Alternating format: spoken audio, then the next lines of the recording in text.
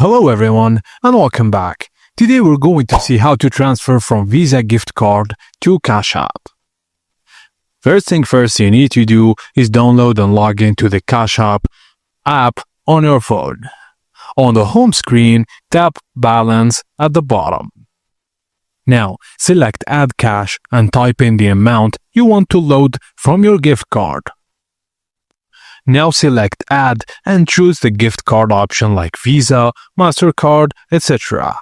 Now you need to enter gift card details, fill in card number, expiration date and CVV code. Now when you're done, just tap Add Card to finish. The funds will now move from the gift card into your CashApp balance. And done, your gift card balance is now available in CashApp and you can spend it online wherever you want. And that's it guys, as simple as that. Thank you for watching and please don't forget to like and subscribe for more.